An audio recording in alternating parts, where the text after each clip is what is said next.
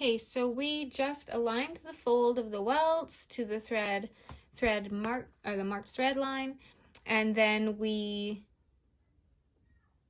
basted it down. So you can see here the two welts are basted in place along the marked thread line. Now we can, or the thread marked line, now we can flip it over, and we're going to stitch precisely on these two lines. So the second and the fourth line on the back, but we have to start precisely. So it says,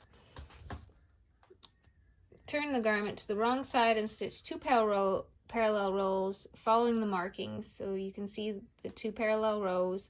We're going to back stitch at each end, but we have to stop precisely in the corners. So when we line this up with the domestic, it's a little trickier because it takes an extra stitch sometimes. So we're going to stitch forward, and to be able to back stitch exactly so it lands exactly in that spot on this domestic machine is a bit of a struggle. So we will have to pivot and turn. So I pivot and turn, and then I stitch forward so that I can land exactly in that spot, and then turn it.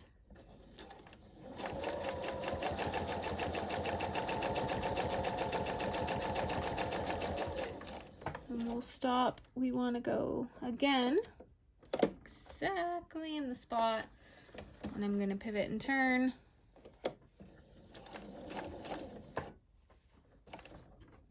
And then pivot.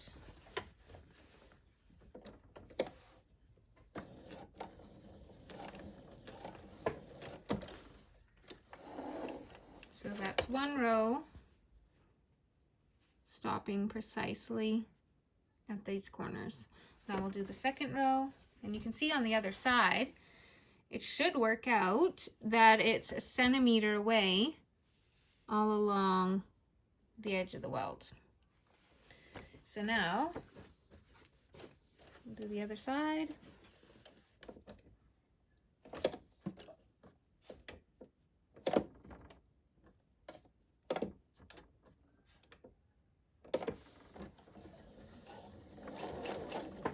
So again, you're going to have to drop the needle down into the fabric, pivot and turn.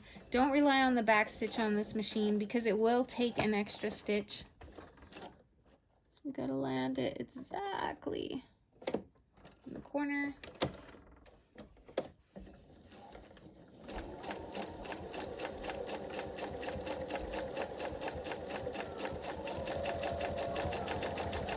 And then when we get to this corner, you want to land exactly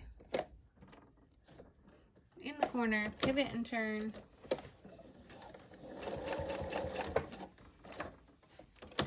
Pivot and turn. Okay, so we'll have our two rows side by side. They end precisely in the corner. And if we look at it from this side, they're a centimeter away from the folded edge.